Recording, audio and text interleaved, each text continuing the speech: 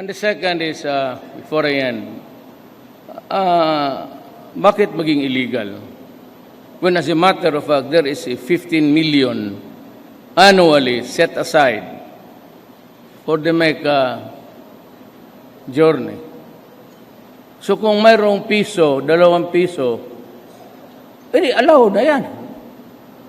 Ngayon, kung 5 million, if it's just a matter of amount and there is no prohibition, yan ang sabi ko nga eh.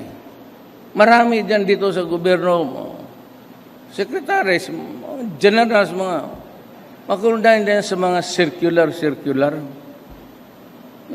Kuha circular, better, for not any purpose, sabihin ninyo.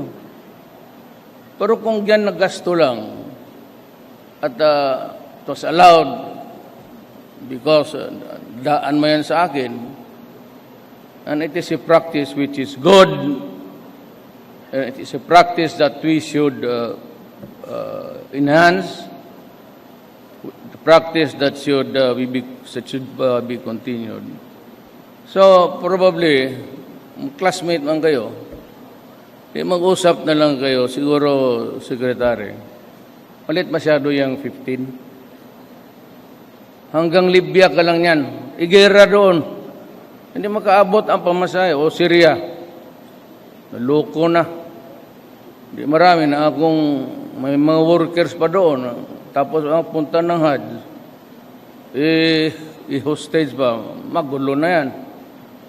Kaya siguro dagdagan mo ng konti. If just a hypothetical,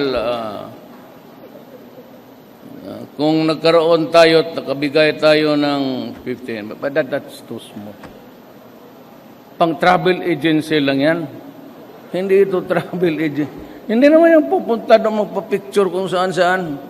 Magpunta lang yan doon sa Mecca to fulfill a religious mandate. After that, mag-uwi naman yan. Hindi na yan sila.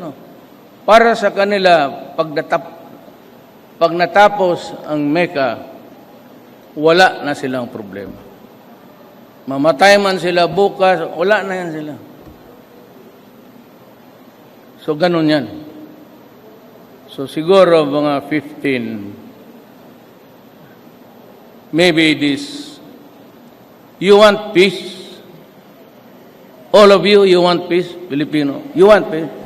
Oh, let us invest on peace. Gumastos ka.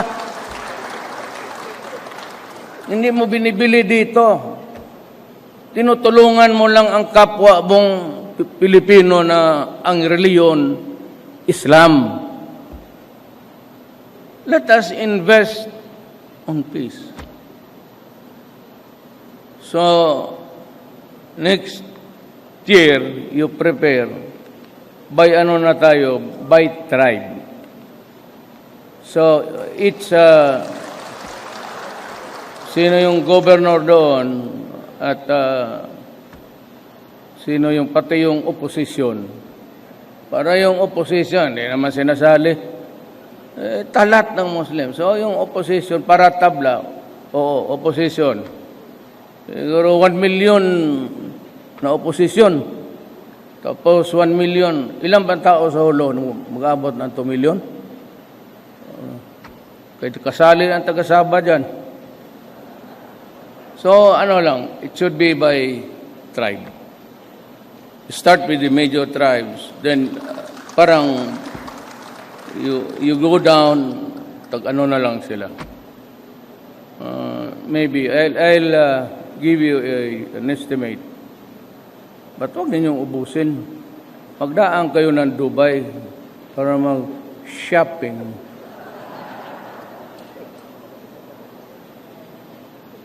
Bakit? Kristiyano sila marunong mag-shopping? Mas grabe itong mga to. Pumunta ka ng... when was the last time? Malaysia? So ito si...